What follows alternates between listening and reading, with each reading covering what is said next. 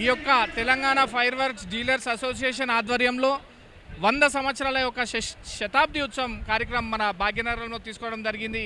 Telangana fire works dealers and traders association నుంచి ఈ యొక్క కార్యక్రమానికి అనూహ్యమైన స్పందన లభించింది. అందరూ కూడా ఈ యొక్క కార్యక్రమాన్ని వీక్షించడానికి వివిధ రాష్ట్రాల నుంచి అటు రాజస్థానే కానివ్వండి, ఇటు ఆంధ్రప్రదేశే కానివ్వండి, ఇటు మహారాష్ట్రే కానివ్వండి, ఇటు తమిళనాడే కానివ్వండి, తమిళనాడు నుంచి తయారీ కేంద్రాలు ఏవైతే ఉన్నాయో అందరూ తయారీదారులు అందరూ కూడా రావడం జరిగింది. వాళ్ళ యొక్క టపాకాయల డిస్ప్లే డమ్మీస్ వాళ్ళు ఏర్పాటు చేసుకోవడం జరిగింది. ఇంతకుముందు పొల్యూషన్ ఎట్లయితే ఉండేనో ఆ పొల్యూషన్ ఎలాగైతే సిఎస్ఐఆర్ అట్లాగే నీరి సర్టిఫైడ్ లో ఎమిటింగ్ పొల్యూషన్ అనే ఫార్ములేషన్ మన సెంట్రల్ గవర్నమెంట్ తీసుకురావడం జరిగింది. ఆ యొక్క ఫార్ములేషన్ ద్వారా ఈ యొక్క టపాకాయలు ఈరోజు మనం మ్యానుఫ్యాక్చరింగ్ చేయడం జరుగుతూ ఉంది.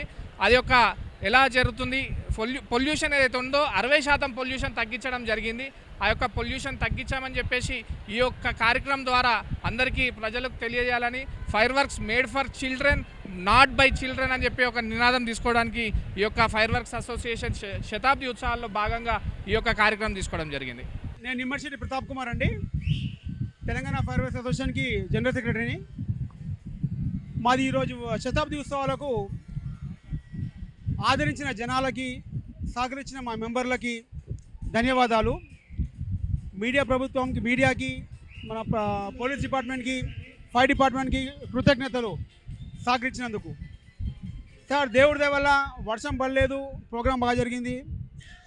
మా 100 సంవత్సరాలు ప్రతి ఇంట్లో దీపావళి ప్రతిరోజు జరగాలని కోరుకుంటున్నాము. మా క్రాకర్స్ అనేది గ్రీన్ క్రాకర్సు, మా క్రాకర్స్ మీద ప్రొపగండా వేరే రకంగా పోతుంది పొల్యూషన్ అని.